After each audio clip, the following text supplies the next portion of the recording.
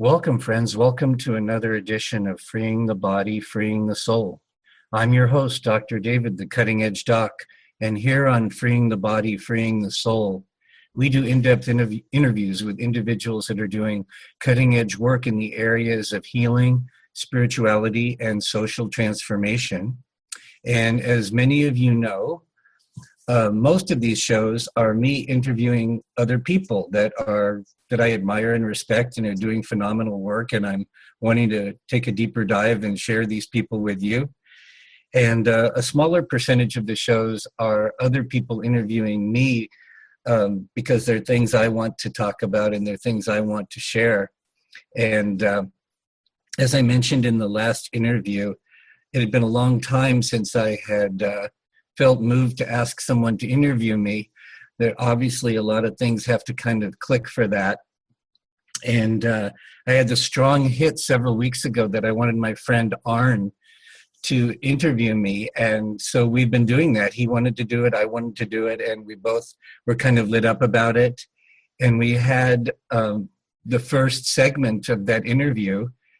And it was obvious when it was over that it wasn't over, that it was kind of like an intermission. So we don't know how long these segments are going to continue, but we definitely knew we wanted to at least do part two. And so Arn is back, and I'm going to turn it back over to Arn now, and we shall continue. So Arn, welcome to Freeing the Body, Freeing the Soul, and until we close it out at the end, the show is all yours. I'm in your hands again.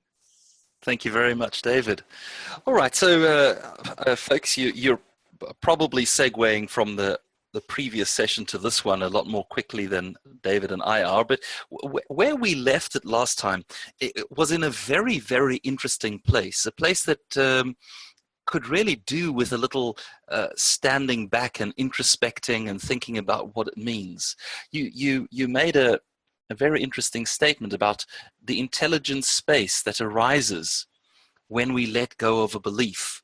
Now, this is something I have experienced myself, encountering a very limiting belief in my life, realizing that I'm constraining myself, causing myself pain and blockage, doing the work of finding that belief, releasing that belief, but then not immediately having something to replace it by. And I had exactly this experience that there is wisdom, there is guidance, there's clarity that arises from this intelligent space. So it's just really an intriguing idea that I think has much to teach us. And I'd like to hear from you more about that. What does that mean for you, and how do you arrive in that intelligent space? Well, the way you arrive is exactly the way that you described. That's how you arrive there. You kind of have what could be called like a breaking open. You have a realization that you were being in a certain way that was limiting. You know, you could, like most people are, most of the time we're not aware of what it is that we're being. We're not trained to be aware of that. We're trained to focus on circumstances, or if we're psychologically sophisticated, maybe we're trained to focus on what we're thinking or a particular attitude or what we're feeling or a mood that we're having or something like that. But very few of us are trained to be aware of or have any mastery in relation to what we're being or what we're being contextually that's giving rise to all of this. So for example, most people don't think about the fact that they're being, that they are finite. Most people don't think about the fact that they're being, that they are separate, even though all of their thoughts, all of their feelings, all of their goals, all of their explanations, all of their sense of themselves, their point of attraction for manifestation is all correlated with the way they're being. They're being that they're finite, and they're being that they're separate, And so the way life is occurring for them, including the way they're occurring for themselves, is all correlated with this way of being, in this case, being that they're finite or being that they're separate. And there's no thought or mental strategy or physical behavior that can break open that limited context, that limited box. The only way out of it is to see that you are in it, to see that that is what you are being, and that possibly that's just one way of being, and to become curious about the fact that there might be other ways of being. And so this level of deep ontological inquiry is something that we're just not trained in. And it's one of my areas of expertise. And it's so powerful. And when you deeply inquire into what you're being and you become disidentified from that being the only way of being, then there are a couple of things that happen. One is that you have this freedom, this sense of freedom of being released from that limited way of being that you didn't know you were being. But then on another level, there's this meta learning that occurs where after you've done that 20 or 30 times, you realize that who you really are is the space for spaces. You really are the space for ways of being. And this takes you to a much more profound level of insight and of self-realization. And as you open up to this multidimensionality of your beingness, you realize that your thinking mind is a very small yet important level of this manifestation of being. And so with that understanding, then when you have these breaking opens and you open up into this awareness of this spaciousness, the compulsion to go right back to identifying as your thinking mind and to force yourself to think of a new belief starts to feel a little constraining. And most of us, when we first discover this spaciousness, it's so blissful, it's so overwhelming that it's almost difficult to be with. But as you increase your capacity to be, like this lightness of being, so to speak, this infinite spaciousness of being, after a while, if you're just willing to leave it alone and not try to manipulate it, something really miraculous starts to happen. You start to become aware that this spaciousness isn't just this loving presence. It's not just this vast emptiness. It's not just this presence.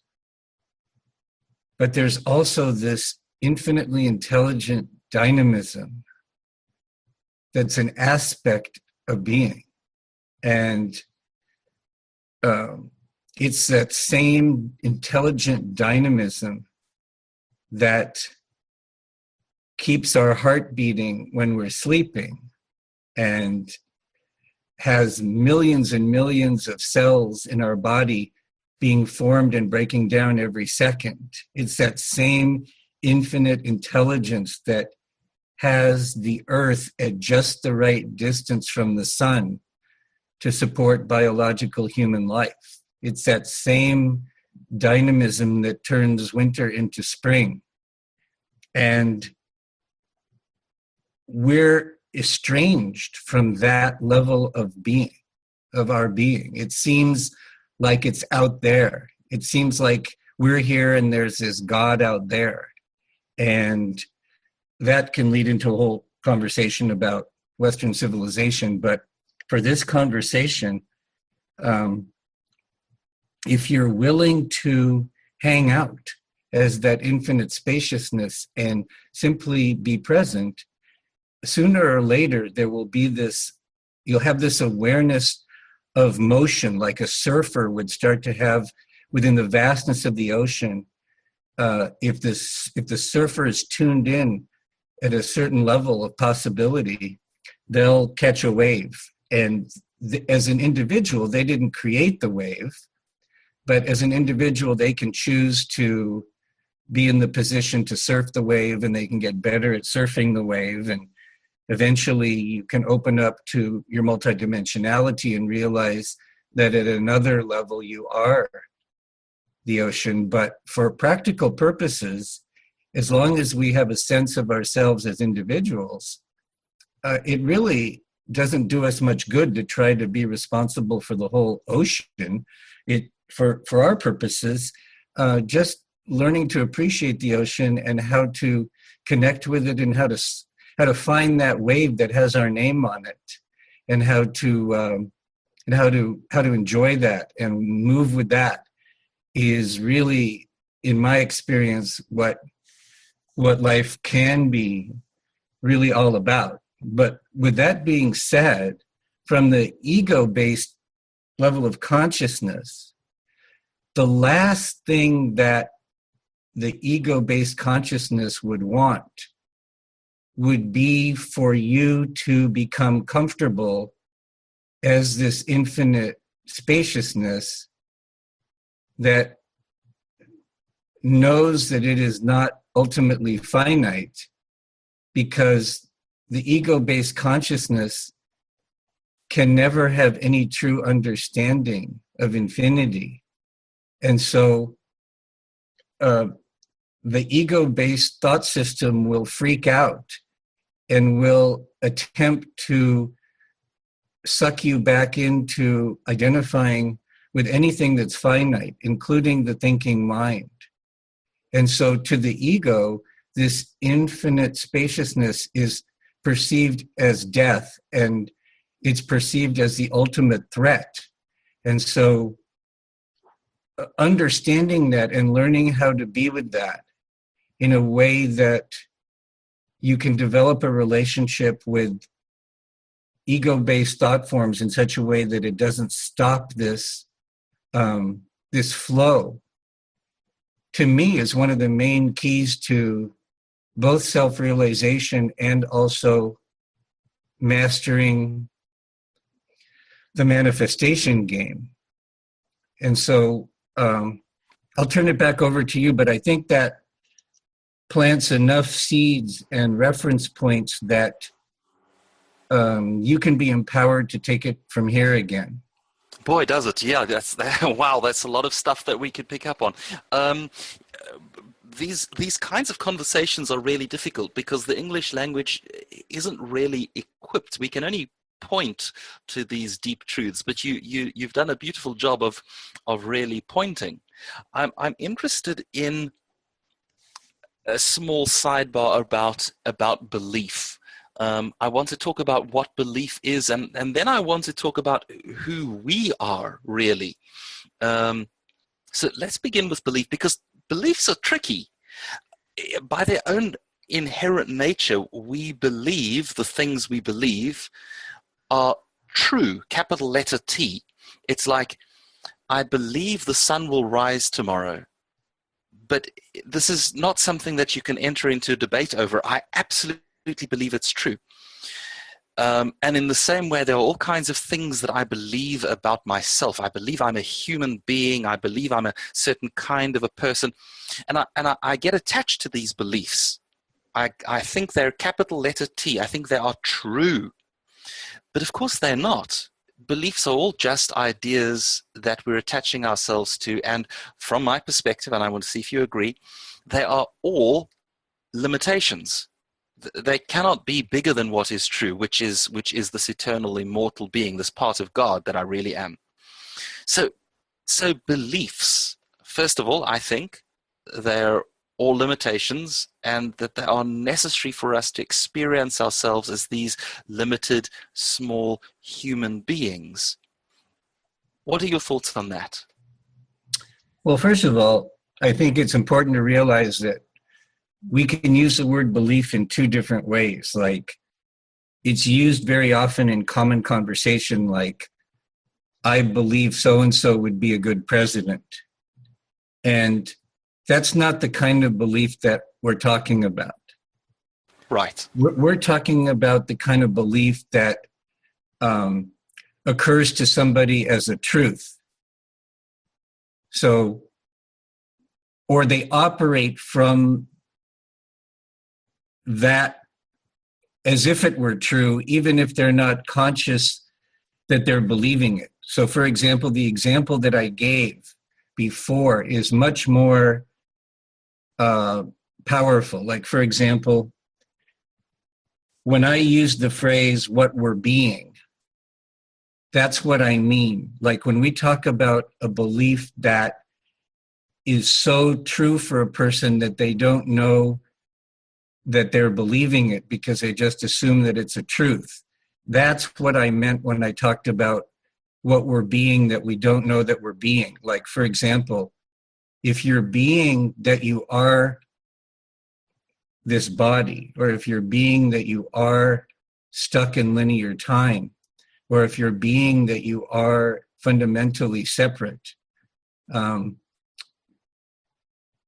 then we could call that a belief in the way you're defining it. In other words, it's something that somebody is taking to be true, and they're living as if it were true, even though they may not be conscious of the fact that that is what they're doing. So if that's what you mean by belief, that's what I mean when I talk about what we're being. And so I make a distinction between, because of the way belief is used in language so often, where we say, oh, I believe this person would be a good president.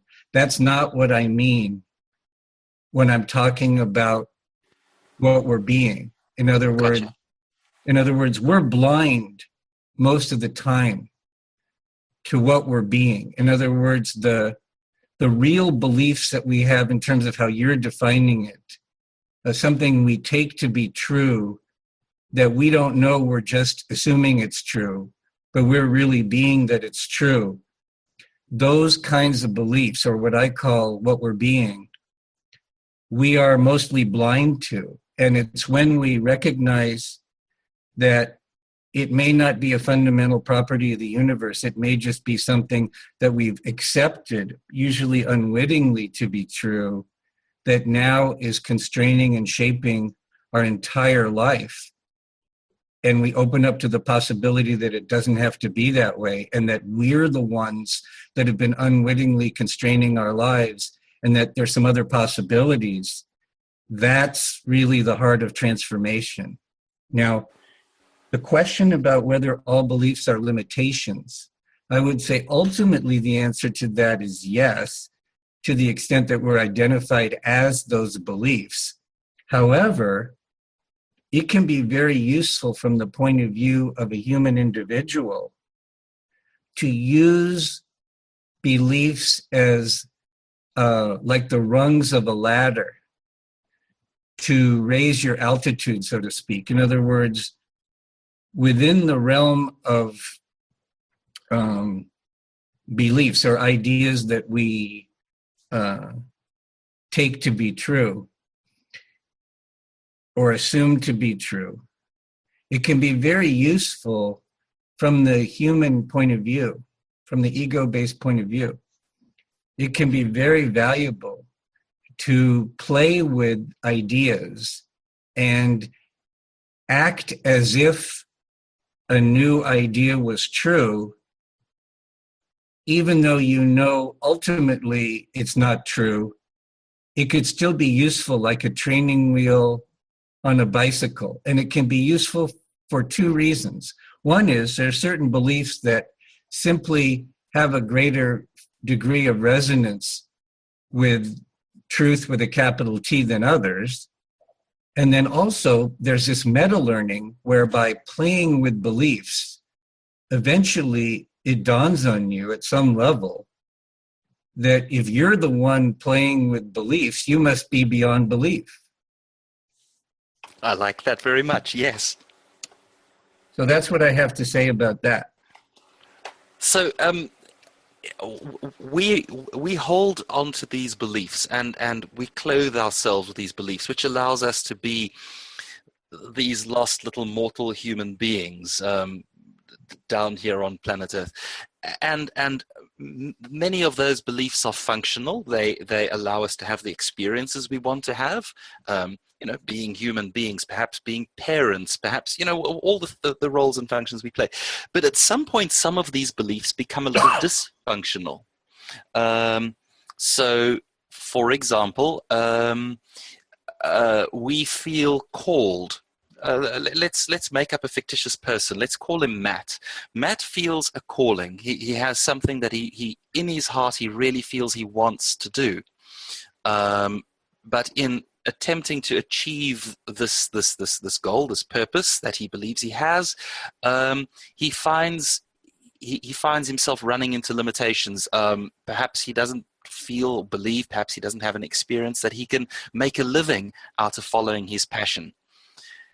There is such a convoluted knot of beliefs that we have there. How does Matt find his way to the belief that is constraining him without simply throwing all of his beliefs to the wind? Well, there are many ways throughout history that people have learned to discover and question and shift limiting beliefs, but we probably should take a step back and ask the question, how does a person know that it might be useful to even begin to question their beliefs in a certain area of life? That's a really important question. And the best answer I can give you is that there are two answers. One is that you're not producing the results that you're wanting in that area of your life. And answer number two is by tracking your vibration, the way that you feel at a fundamental vibratory level. Are you lit up? Are you excited? Are you turned on or not? And these are your feedback systems that God or your higher self is giving you right now to show you if what you're being, or what you call believing, is in alignment with this greater perspective of your higher self or of the Holy Spirit.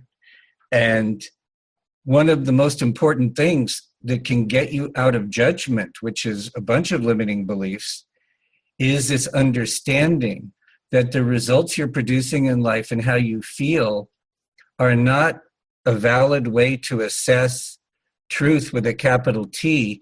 There's simply this exquisite feedback system that is coming from your multidimensional self to your human self to let you know when you are being or believing something that is dissonant with your true desires at a multidimensional level. So this is a very important context or preamble for powerfully getting at your question. Is there anything you want to say before I proceed? No, good so far. Okay. So there's this thing called inquiry, which has to do with asking powerful questions. And it's one of the greatest gifts that as human beings we have. In fact, it could be argued that it is the fundamental distinction of being human relative to, say, being an animal. Like my dog Lana is here in the room, but I don't think she can ask questions like, gee, I wonder what Dr. David would look like if he took off his white shirt and he put on a blue shirt. I don't think Lana has the capacity to ask those kinds of questions and then be with those questions and find satisfying answers. But human beings do have that capacity. We do have the capacity to ask powerful questions and to learn how to be with questions in a way that allows what we don't know to emerge. And it's even more profound than that. We can even learn to ask questions, and we can even learn certain ways of being with questions where we even allow what we don't know to begin to surface. And that is an art and a science. Some people call that transformation. Some people call that radical inquiry, but it is a skill that can be developed. So let me give you let me give the listeners more of a down and dirty example of what you're talking about. So let's say that there's this person that has this incredible love of singing, and they just feel lit up, turned on, excited, connected to all that is when they sing. And then they have this ambivalent feeling about singing more and singing for other people and having singing be more of a part of their life. And so they start inquiring into that area in their life, and they start uncovering that they have all these limiting beliefs. Like they have this belief that it's hard to make money singing, or they have this idea that the only way they could make money singing would be to sign a contract where they wouldn't be able to sing what they want to sing, and that they would have to get involved with the quote unquote music business and all of the BS that goes along with it. And so they start uncovering this, and they start realizing that that's correlated with their ambivalent feelings about music, and it's also keeping them from practicing. It's also keeping them from enjoying practicing. It's keeping them from being able to imagine an outstanding reality where they're singing and they're receiving a lot of dollars for it, but at the same time, it's joyous for them. And so they start to realize, and then at that point, it's very important that they have the courage and the willingness to begin to question whether those beliefs are fundamental properties of the universe, or whether they are simply constructed viewpoints. And is it more important for them to be right about the fact that those constructed viewpoints are true? Or is their love for singing and their love for being able to sing and experience the joys of abundance, is that more important to them than their attachment to being right and justified about the fact, quote unquote fact, that all of these beliefs are true? And so I'm just spinning a yarn here to show you the kind of stuff that comes up for people when they get into this transformational game, and kind of how to get into the game, and some of the key skills that are required. We have this incredible capacity for imagination as human beings. And unfortunately, at least the way our school system was and the way our society was when I was a child, we were talked out of that. Our imagination was diminished as something that is not good, something that's bad, it takes us away from the good life. And this is really tragic, because our imagination is an incredible gift, and it's designed to coexist with other aspects of our consciousness, the part of us that can critique things, the part of us that can do things. But for most people, this dreamer, this imaginer, has been snuffed out by the critic and by the way we've interpreted our life experience. And yet our imagination is vital, because if we're ever going to know our true freedom as infinite creator beings, our imagination is the bridge to parallel simultaneous realities. And it's so important, if you really ever want to know who you are at a deep level, to realize that Our experience of linear time is a limitation of the way our senses process information and our attachment to that kind of sensory data. And the fact that reality is very much more like if you have cable television and you have a fancy system where you have hundreds and hundreds of channels and you have a remote control, and there's all these channels that are going on simultaneously, and there's all these programs that are going on simultaneously. And if you are on one channel and you don't know that you can change the channel, and you're watching a program, and not only do you not know you can change the channel, but you're also identified with the character in one of the programs on that one particular channel, that is the way most people live. And if you want to open up to the possibilities of all the different programming or frequencies that are on the other channels to find a program you like better, or if you want to become a director and a producer and create a new program, if you want that freedom, you have to open up to the possibility that even though the way life is occurring to you now is that there's only one channel and that you are this one particular character on this one particular channel, unless you open up to the possibility that those are just limited ideas and that, gee, what if I could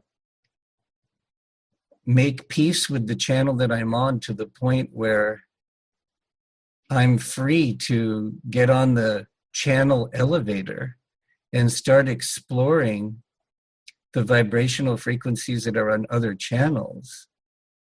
Unless you can use your imagination to open up to that possibility and use your imagination to tune into frequencies or channels that feel better to you, you're going to be stuck being or believing that there's only one channel and that you are a particular character in a program on one of those channels, and that you're just the actor and that somebody else has written the script for you and that script is etched in stone. And so the capacity to imagine again and to feel again and to give yourself permission to simply enjoy that process without constantly checking to see if the physical manifestation has yet completely matched the new vibration. The capacity to imagine and to understand how reality really works, and to have the faith and the consciousness to learn to be more masterful with our vibrational point of attraction, is vital to reclaiming our power as infinite beings that are having human experiences. And without giving yourself permission and rehabilitating this capacity to imagine, it's virtually impossible to break free and break open in the way that we're talking about. So rehabilitating this capacity for imagination, and at the same time being responsible for other functions of being, such as critiquing things and developing skills and abilities and things like that, are so important. But at least here in the United States, the capacities to imagine powerfully and to feel deeply are pretty much knocked out of you by the time you probably get to be about 7 years old. Very sad stuff. I think that's probably universal. I think that's universal to this planet. So what's interesting to me, David, is to hear how you have in practical human terms, how you have applied these kinds of awarenesses to your own life, the transformations that you have brought to your own life, what's really turning you on at the moment, what are you passionate about, excited about, where you're going, as someone who is applying these awarenesses to their own life. Well, we kind of touched on that a little bit last time, in the sense that I kind of felt that in terms of my mission for this incarnation and why I'm here, I kind of feel like it's showtime now. I kind of feel like everything that I have been intending and desiring and being trained for eons are coming to a powerful focal point right here and right now in this particular time-space coordinate of December 2016. And what I'm sensing is that, well, let me back up, is that historically there's been a tremendous schism between what people believe they have to be and do to succeed in the world on one hand, and the genuine search to know truth on the other hand. So we could call that schism the schism between the man of the world and the mystic. And usually the man of the world doesn't really understand the mystic, or doesn't think that there is relevance to their concerns if they became more masterful in relation to the realm of the mystic. And historically, the mystic has withdrawn from society in order to develop their capacities as a mystic.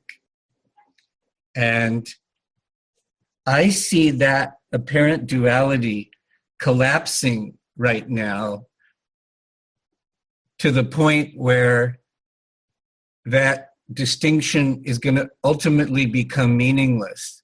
And I don't know how much you know about astrology, Arn. Are you pretty well versed in the language of astrology?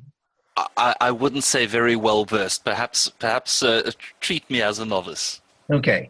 So in astrology, the alphabet of astrology, the way we make sentences in astrology is there's planets, including the sun and the moon, which has to do with different functions of being. There's signs, which have to do with different energetic qualities of being.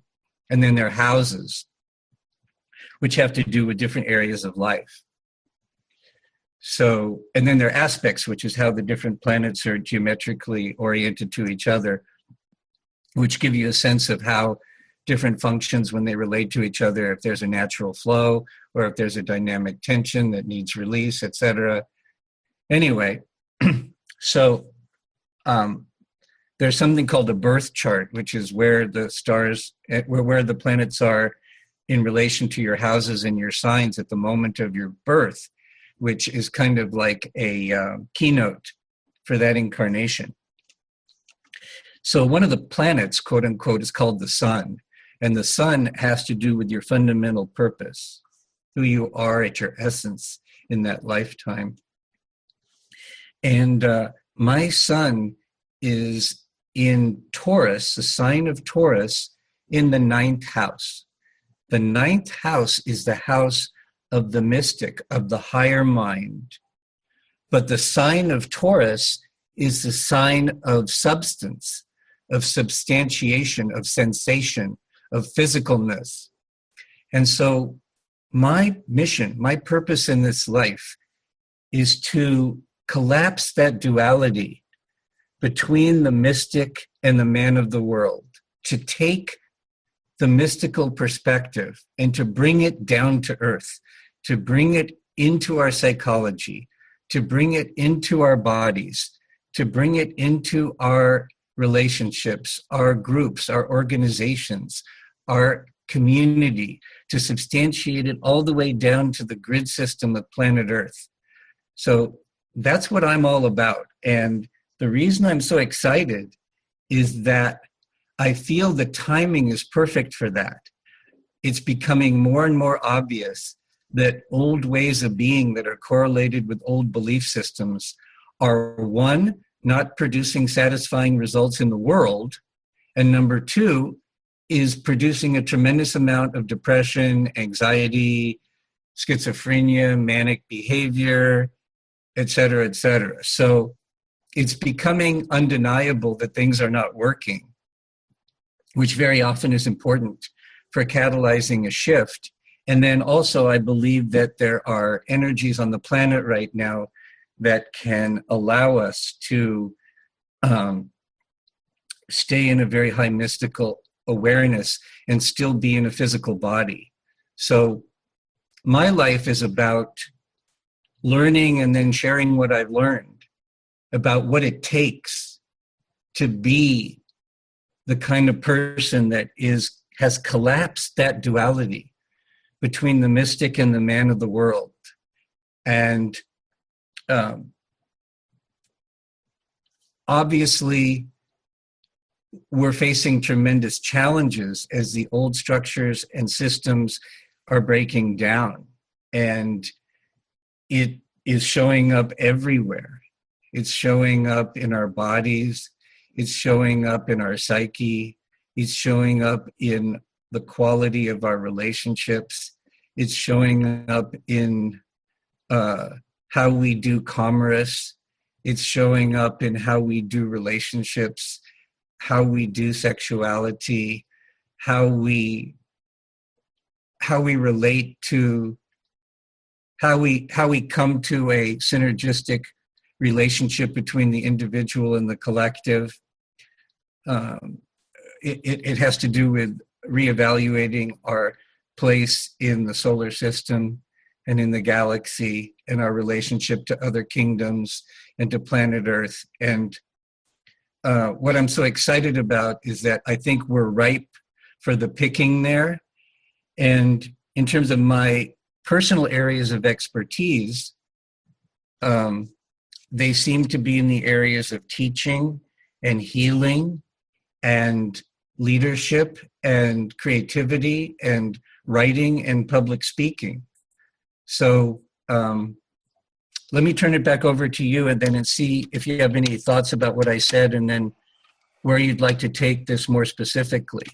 Yeah, thank you. So this word mystic, mysticism for me means the process of connecting with the divine without any intermediary. In other words, God, the eternal, that which we see to be the source of all things, can be accessed and engaged with without necessarily scriptures or teachers or processes. That's what I understand this as. I want to check with you that we're on the same page about that. Is that what you consider mysticism to be?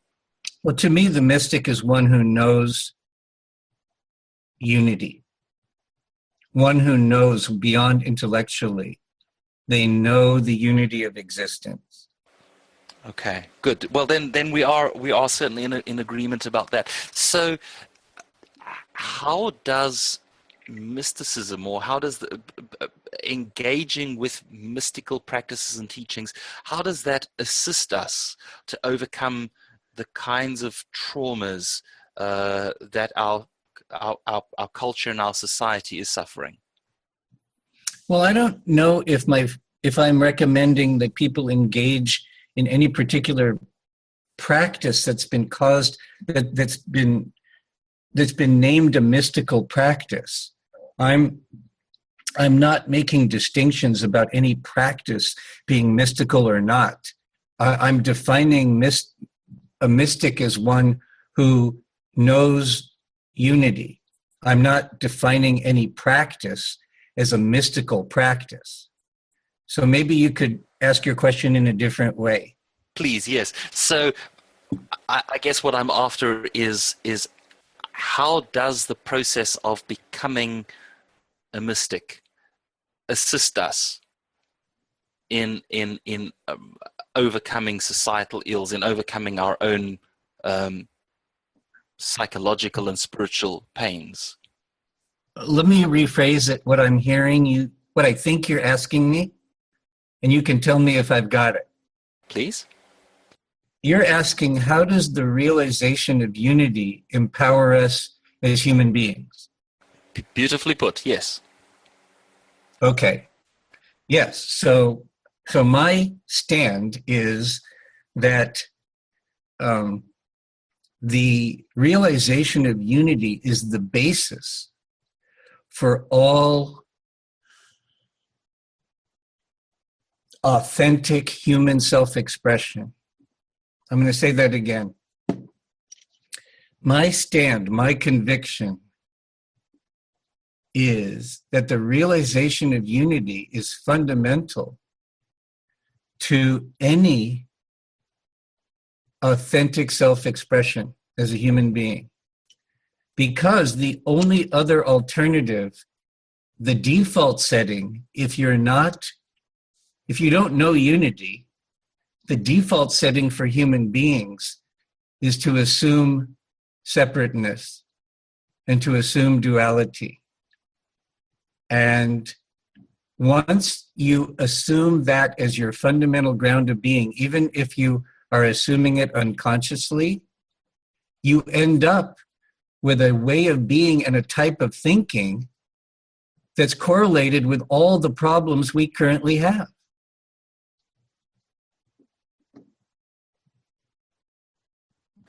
It's a deep thought, and one I would very strongly agree with. It's as if the entire world, all of our training, everything in the world invites us into all kinds of choices, but all of those choices are really the same choice. It's all to see things as separate. And there is only that still small voice, if you're willing to tune into it, that invites you inwards into communion and connection with oneness. This is my experience. Yeah, that's why, from the egoic perspective, that's why it's truly hopeless.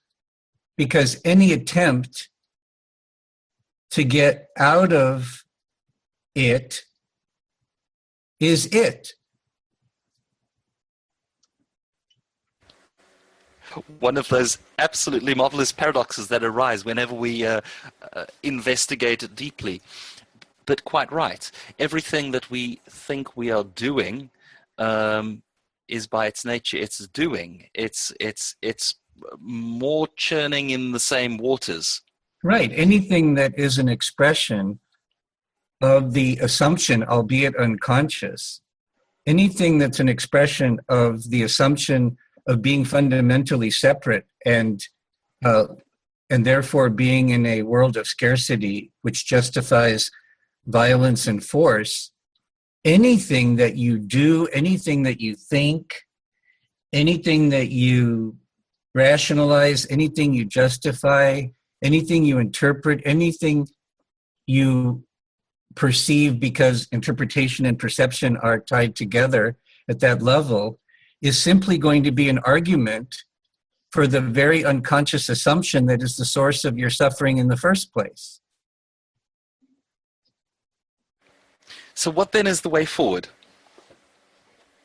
The way forward is to see what I'm talking about without trying to get away from it.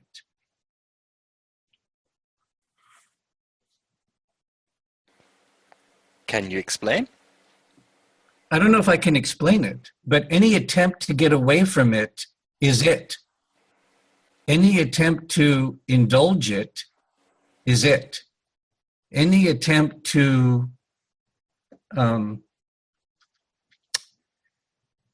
try to force your way out of it is it. It's the awareness that this is what has been happening without trying to escape it. That is your doorway to freedom. people often wonder what's the point of these rather silly sounding Zen koans? What's the point of meditating, of just sitting there and doing nothing? People often wonder about these kinds of things, and really, to my mind, it's precisely because of this near impossibility of coming up with in a human language, of coming up with of a clear statement of where it is and how to find it, because anything you say can at best only point in that direction. So, well, you said it right there. Is the finger that's pointing at the moon is not the moon. And when you realize that there's no finger that is the moon, then you can have a powerful relationship with fingers.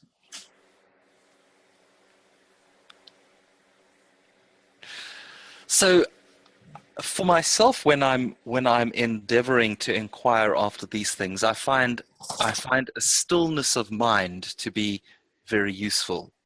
And having a truly still mind is something that takes a little practice to accomplish. For the simple reason that my mind seems to be full only of the things that I've already put in there. And I can't have truly new thoughts inside the same mind that's got the same old thoughts already in them. So I find a really still mind to be a beginning point, and then I find my connection to the oneness, it appears to me, to be through my heart. I approach it by remembering where love comes from. These are the things that I use to help me to point in that direction. What can you recommend for our listeners?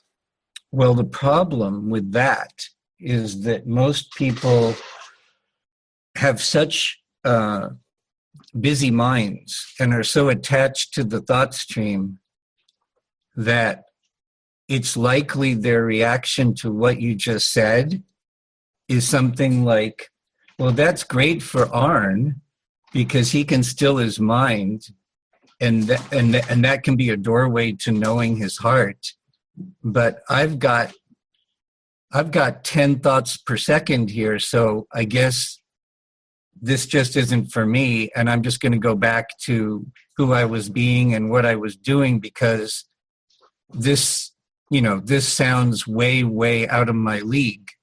And so that's the real world problem that I have with those kinds of paths, because in terms of this collapse of the duality between the man of the world and the mystic, that kind of traditional teaching, 98% of the people we come in contact with are going to be either unwilling or unable to do that. Fair enough. Valid point, yes. So we need approaches that are psychologically useful for where people are today in our culture today in 2016. And that's the reason that I'm not particularly a fan of that traditional approach. I think. Would you like to tell us more about what you would like to recommend? Well, one of the things I recommend is the exercise I gave last time that is taught by Bentinho Massaro. I think to begin to disidentify from the thought stream and to have direct experiences over and over again, that when you let go of thinking and thought, that you still exist, consciousness still exists, awareness still exists, presence still exists, is probably the most valuable foundational realization that ends up being useful in and of itself, but also ends up empowering the journey in its totality. So I'll repeat that instruction. So rather than try to fight your thoughts, it is much more valuable to realize that you are not your thoughts. And so to be open to that possibility intellectually, and then to have a simple practice that you can practice anytime, any place, is very useful. So I will repeat this instruction. So you decide that you want to do this. And then what you do is you take a slow, deep breath through your nose. You can do this right now if you want to. And then hold it for a second or two. And then as you exhale, you completely let go. You open your mouth, you open your throat. You don't try to control it. You completely let the air out. You let it just happen on its own. And then as you're letting the air out, you are intending and allowing, you're providing your willingness to let go of your attachment to thinking and thought. So let's try that together now. Let's take a deep breath in. Hold it for a second, and then as you let go, be willing to let go of your attachment to thinking and thoughts.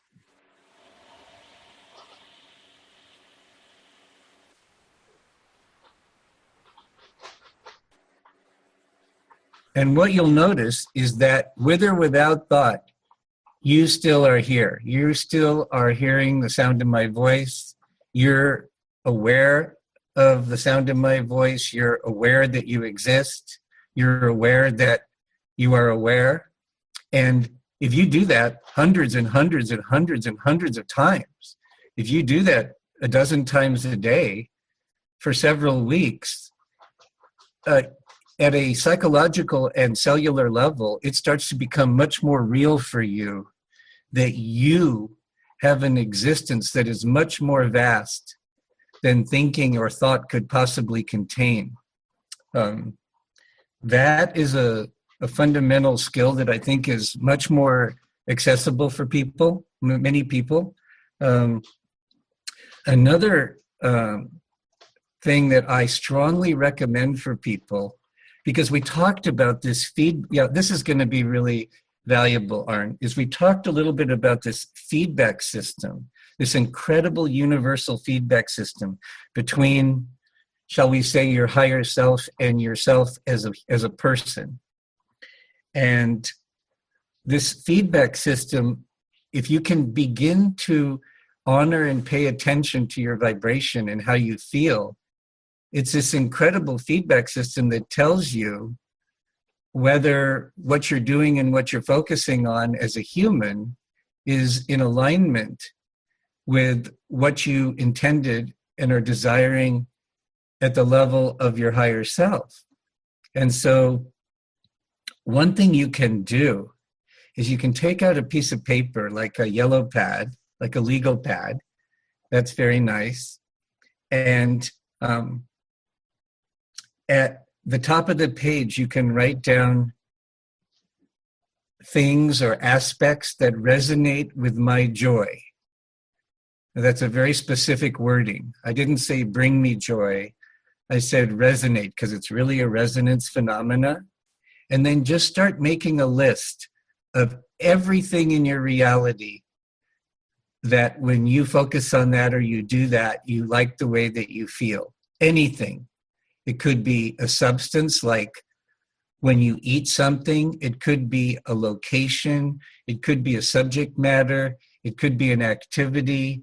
It could be a subject matter. It could be a physical location on planet Earth. It could be a certain book. It could be a certain type of music or artwork or anything in your reality. That when you focus on that or you do that, you like how you feel. It resonates with your joy. And start letting your conscious mind know that this is important to you. And there's an old expression, what you appreciate appreciates in your reality. And so begin to appreciate these things, and then the law of attraction will start to work in your favor. And you will be letting your higher self know that as a person, you're taking much more seriously, shall we say, this idea that the law of attraction is very powerful, and that focusing on that which resonates with your joy is really eminently practical as well as enjoyable. I would say another thing you can do is take out another piece of paper on the yellow pad, and at the top of that page, write down my natural gifts, talents, and strengths. Because very often, the natural gifts we have come so easy to us that we take them for granted. And if you don't appreciate what you've been given, you're not going to use it and you're not going to enjoy it.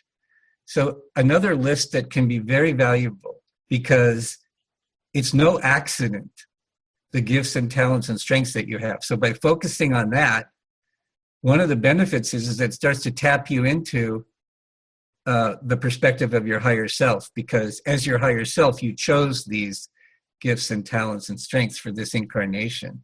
So in my case, it would be what we talked about earlier. You know, I'm naturally a good teacher. I'm naturally a good healer.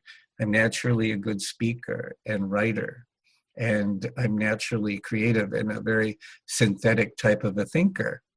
And so these would be things that I would put on my list. So you've been given gifts, talents, and strengths, not just to have them, but to enjoy them and to use them and to bless yourself and other people.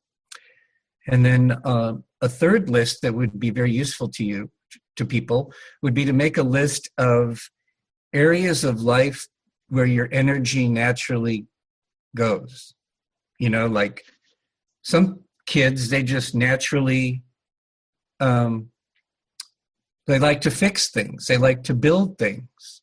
They are interested in how things work. They're interested in taking cars apart and putting them back together. They're interested in building a better mousetrap. Their energy just naturally goes there. They're fascinated by those things. Then there are other people that are fascinated by, their energy just naturally goes to caring for animals. And then there are other people where their energy just naturally goes to world hunger. They just have a natural interest in ending world hunger. So these things are no accident. The things that resonate with your joy, your gifts, talents, and strengths, or the areas of life, the fields of life where you have a natural interest, these are not random. These are precise from the point of view of your multidimensionality.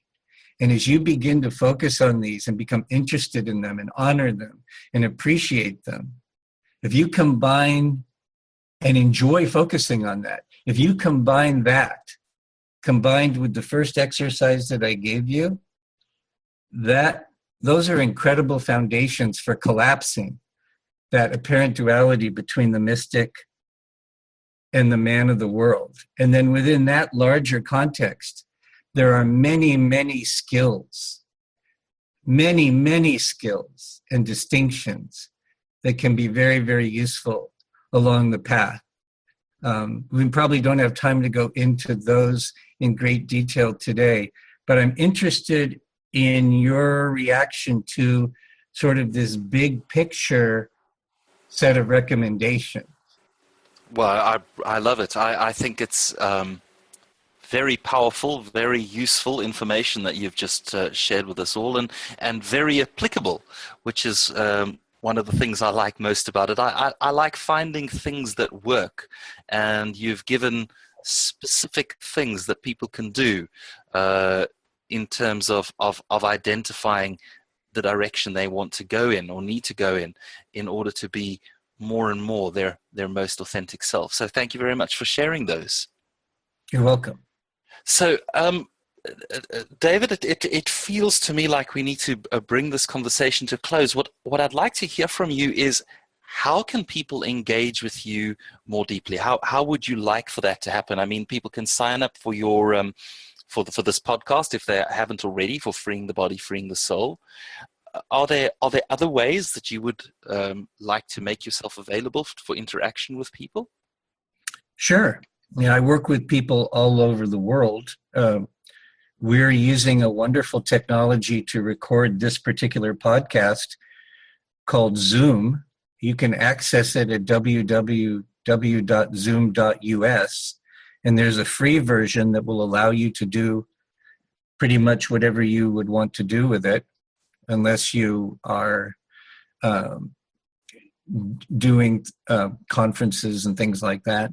But in terms of one-to-one communications, and I would encourage you to get an account at www.zoom.us, a free account. And I work with people all over the world. We can do video conferencing, and probably about 70 to 80% of my work can be done long distance. If you are feeling moved by the spirit and the power of these last two conversations, and you feel that I could be of some help to you, we can work long distance that way. If you are within transportation distance of being able to come to San Jose, California, we can also work together physically. There's a whole area of expertise that I have that we haven't gotten into in these conversations so far, that have to do with optimizing your physical and energetic bodies so that this process is more streamlined and more enjoyable. We can work together that way. One of the things that I want to do more and more is I want to do work with people in a context that involves both individual work and group work, because I find that so many of our barriers and blockages and traumas occurred in the context of groups and relationships. And also, there's a tremendous potential synergy when you have an aligned group of loving souls coming together. So what I am moving in the direction more and more towards are having intensive programs that last for a period of anywhere between, say, 3 to 6 months, where I work with a group of people, and there is not only the interaction between myself and the individuals, but there's also a very focused utilization of the group energy so that people have certain amount of time one-on-one with me, but then they also have a significant amount of time in very structured group contexts of teachings and exercises and processes. And also we can set up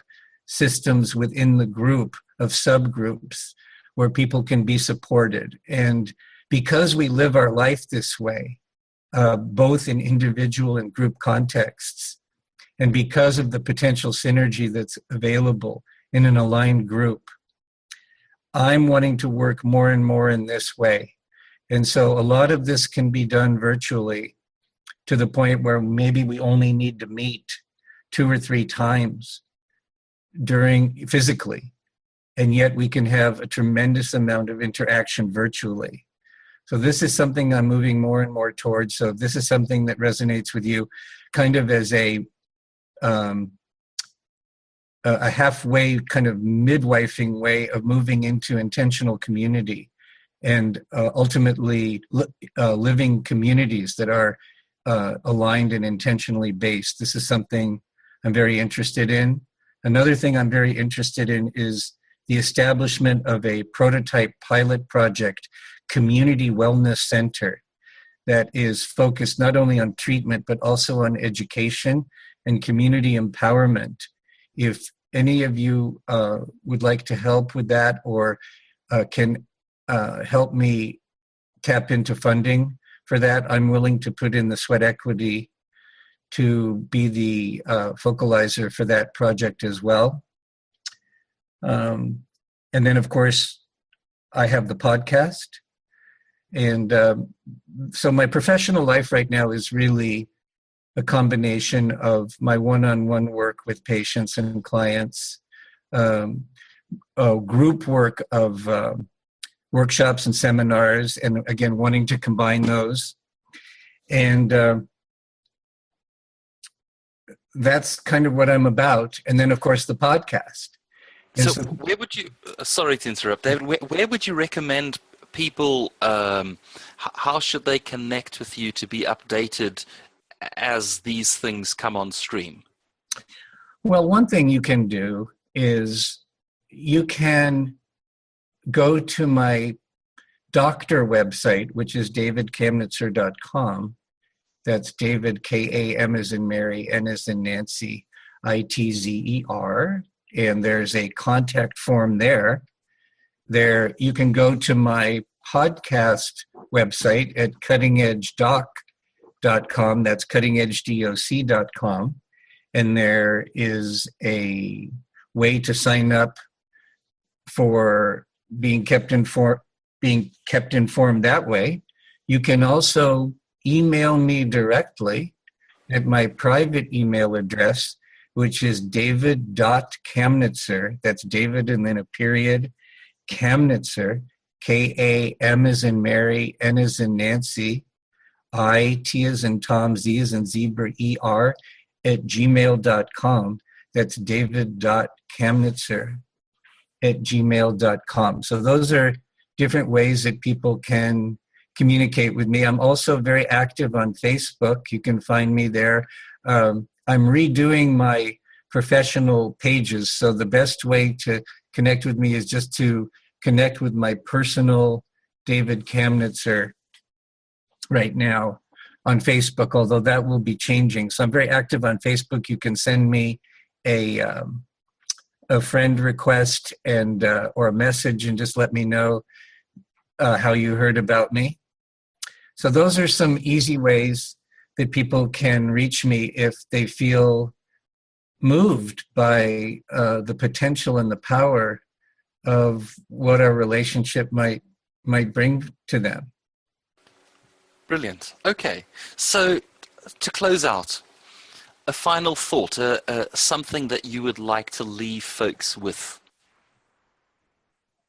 Well, I would say that these two conversations taken together, I believe they're going to be episode 53 and 54. Taken together, I think, can provide you with a really firm foundation for your journey to infinity, shall we say. And yet, within that powerful context, as I hinted at a few minutes ago, there are so many skills and distinctions and practices that, if they're focused on intentionally, can accelerate the realization and the substantiation of everything that we're talking about. And so I don't want to leave the impression that this is it, but this is a very firm foundation. And the work that I do with people, once this foundation is established, that we've been establishing together here, these last two interviews, this really allows for some really powerful, specific practices, both physical and metaphysical practices, that really can really accelerate. And people are usually, because people have never created this foundation, it's difficult for people to imagine how rapid the expansion can be when you combine this type of ontological ground, this foundation, with cutting edge distinctions and practices. It's remarkable, and most people have no experiential frame of reference for what's possible. And yet I'm telling you it's possible. And the beautiful thing with it is when you begin to experience it as being possible, your entire universe changes. But you have to actually engage the process of and experience it. And the reason so many people have been disappointed in the practices they've practiced in the past is that there was not this foundation that was established first. And so they get into this situation that you were talking about earlier, where we were talking about earlier, where any attempt to get out of the trap is the trap. Whereas once this foundation of truth is established, now these practices can really fulfill their promise. David, it has been such a pleasure talking to you. It's been really fun. It's been really enlightening. And I've really enjoyed the specific and practical guidances that you've offered. It has been a great pleasure talking to you. And I suppose it's time for me to return control of the show back to you. Thank you for allowing me to interview you. Well, Arn, I am so grateful that we have done these two shows, because I can see many applications for sharing these two shows in a way that will make an enormous difference in both the quality of people's lives and the effectiveness and their effectiveness in life. And so, Arn, I'm so grateful to you. And ladies and gentlemen, you've been listening to another edition of Freeing the Body, Freeing the Soul. I'm your host, Dr. David, the Cutting Edge Doc, and today we've had a guest host, Arn, and is it Allington? Allingham. Allingham. We've been having a guest host, Arn Allingham, who has been gracious enough to interview me, and I'm very happy with the results of these two shows. And on Freeing the Body, Freeing the Soul, as I mentioned before, we do in-depth interviews with individuals that are doing cutting-edge work in the areas of healing, spirituality, and social transformation. And with that,